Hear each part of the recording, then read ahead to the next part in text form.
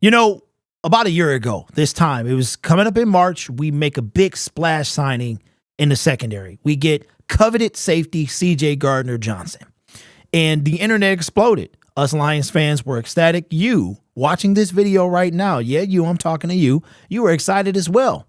Thought it was the best thing to happen. We were so excited, couldn't wait till he got on the field. Training camp, some of my best videos were CJ Gardner Johnson videos as training camp came and OTAs and mini camp and the sound bites, and y'all was loving this dude.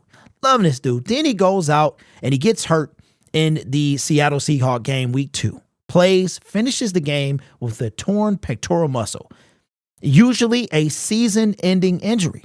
Then he comes back, works his behind off to come back for the last game of the season, helps us to get to a 12-5, should have been 13-4 record, 12-5 record, division title, first playoff game hosted at Ford Field win, first playoff game in over 30 years, came back to be part of that and to help your team make history. Then we get to the San Francisco 49ers, NFC Championship game. And Deebo Samuel and him, CJ Gardner Johnson, are talking smack, but they've been talking smack all year long. And because of a penalty that was kind of dumb, things happen in the NFL. Some of you Lions fans are ready to turn your back on CJ Gardner Johnson. But I'm the one that's crazy. That is crazy to me, that the fact that this guy, not only were we so excited to get him because of what he had done with his previous teams and what we knew he could do with this team, we are that quick to just give up on a guy who we didn't really get that big of a sample size. Now, as far as the NFC title game and Deebo Samuel, it happens. I like the fact that it was some smack talking. I like the fact that he was on our team because we don't have all choir boys and Boy Scouts. A lot of you guys complain that that's all we have on our team.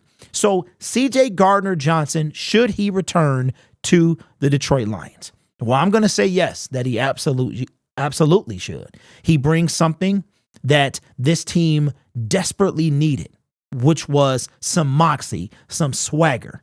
That's what this team need, and that's what he brought to this team. So I'm going to say yes. But I'm going to refer you guys to an article from Pride of Detroit because they went in depth. It's a lot to talk about, and I'm not going to bring any in today because it was just so much and I couldn't pinpoint what I wanted to bring in. So as always, the link will be in my description for you to check out. But they talk about the pros and the cons to bringing back a guy like CJ Gardner Johnson. Now, the biggest issue is the rotation. You've got Iffy. You've got the emergence of Branch. You've got Tumelifonwu, who was not even in the rotation when the season started. So will there be a place for CJ Gardner Johnson? Will he want to be in rotation? Because if you remember his soundbite as he was coming back, he said he didn't work his behind off to be in rotation. He wanted to be a starter. So that is the biggest question. Then you have the money aspect as well. Does he feel like he could go somewhere and be an immediate impact, not have to worry about being a rotation, and dare I say, not have to worry about not even being a starter? Now, I believe we should bring him back for many reasons. Branch is him, but he will be in year 2, and we will have depth as well. I mean, could you imagine we have 2 starting caliber safeties? Like, come on, man. So for me, as far as we have that, but you know what I'm saying? Like, if every safety on our team could be a starter, or at least 4 of them could start, what better way? Why would we not want that type of depth? So I'm going to say yes. His antics off the field, his talking smack with Deebo Samuel, you should talk smack to Deebo Samuel. He talks too much. So absolutely, talk all the smack you want, man. A little smack talking is nice. You know, as long as you don't take it off the field and you don't get stupid with it, which he didn't do. All this stuff was on the football field, right? They didn't meet in a parking lot somewhere. They didn't, square up somewhere. This stuff is on the field, right? So Dan Campbell said to CJ Gardner Johnson, talk all the smack you want as long as it don't turn into a penalty. It turned into a penalty. Now, I was in the stand, so I kind of saw it. I have not seen any playback from the game. I just refused to watch it. The pain is too fresh for me. But from the replay that I remember, it looked like he tried to let up at the end. And let's not act like that penalty is why we lost the game. Let's please not act like that. And again, why would we want our defense to get worse? And CJ Gardner Johnson makes the defense better. He really does. Now, I will bring in this part from Pride of Detroit that I think was pretty pretty telling right here. Let me cue this up for you guys. This is according to PFF. Says PFF grades combine regular seasons and playoffs and reflect a minimum of 20% snaps at that position. Regular season, 3 games, 2 starts. He had 17 tackles, 3 pass breakups, 1 interception, and 186 defensive snaps. Postseason, 3 games. He had 12 tackles, 1 pass breakup, 1 interception, and 105 defensive snaps. PFF defensive grade did not qualify as 61.7. Run defensive grade 65.5, D&Q pass coverage grade 64.2, and tackling grade 39.8. Now, I will say this, that there is some progress. There is some attention to detail. He can get better. I mean, he was missing tackles. It was a lot of things but I'm going to put that to, we weren't really having this conversation during the Chiefs game, during the Seahawks games. It was when he came back, and everything he did, in my opinion, was under a microscope. So I'm not going to be too hard on CJ Gardner Johnson. I'm going to say 100% yes. We are about keeping the core guys the same, and I think that CJ Gardner Johnson can go a long way with that. You just have to, you have to bring in contract details. My biggest thing is this. He felt like he was disrespected in Philly. Will he carry that over to here? He took a 1-year deal. He felt like he was wanted here.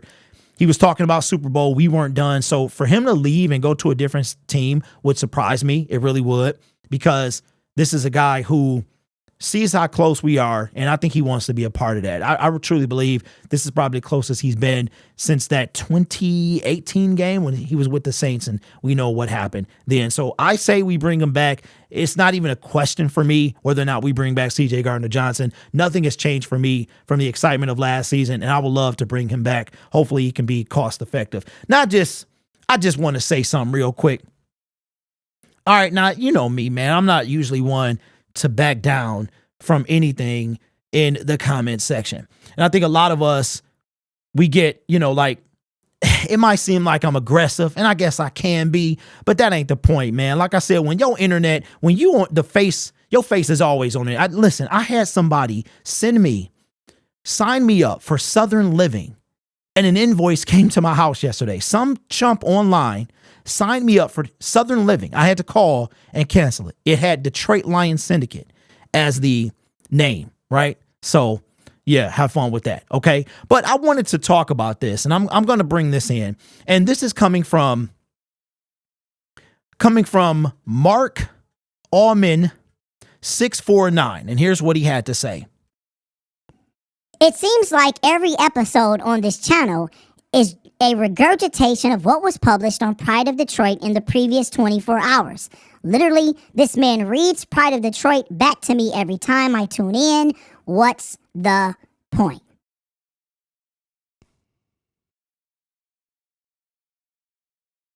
Well, Mark, you have to ask yourself that question. Number 1. Number 2, I do not read the Pride of Detroit article to you. I read excerpts from it. Number 3, I don't have an insider. So these guys are not only my insider, but everyone's insider. Them, Jeff Risdon, people from Twitter, right? Corey Woods, those guys. I think Corey is ESPN. So Colton. No, Corey Woods is an insider. In addition to that, I give credit to every article that I source in the comment section. Did you ever bother to look there? And I don't read. There is a button that you can hit and it will read the article verbatim to you with no punctuation at all, right? So I don't read Pride of Detroit articles to you. I reference Pride of Detroit articles. In addition to that, I have never claimed that this stuff is mine. You have people out there who do the same thing that I'm doing. The exact same thing, and some of them don't even give credit to where they got it from. So the question that you need to ask yourself is, why are you tuning in? And more importantly, is why is almost 19,999 other people tuning in to a guy who is reading Pride of Detroit articles? Let me tell you why, Mark. Mark, it's because I have a personality. It's because I am a fan. It's because they know that I don't have insiders. I give them credit all the time for the fact that they are the insiders that we refer to. I would love to have my own insider. It is the fact that I apparently have something that they don't. That's just how it is. This is not a knock on anybody or anything like that. But those guys may not be as entertaining as I am. Their opinion, they might be viewed as pundits. I don't know. But what people want to see is a fan, right? Talk about the team. A lot of times credentialed people, they can't be fans. Okay, they can't show their fandom because it's unprofessional, or maybe they're not even allowed to. I had a person tell me that in the press box for the Pittsburgh Steelers, there was a man that made a peep, a reporter that made a peep when a play happened, and he was escorted out of the press box. Okay, so that is why you come, but you don't really come. And I can tell that I look at your comments. I don't heart most of them. So you seem to be that type of guy. So again, another dumb comment from the comment section. And that's how, we at that point, bro. Like I'm not going to apologize for how I am. If I come off aggressive, I'm sorry. A lot of y'all don't even know me.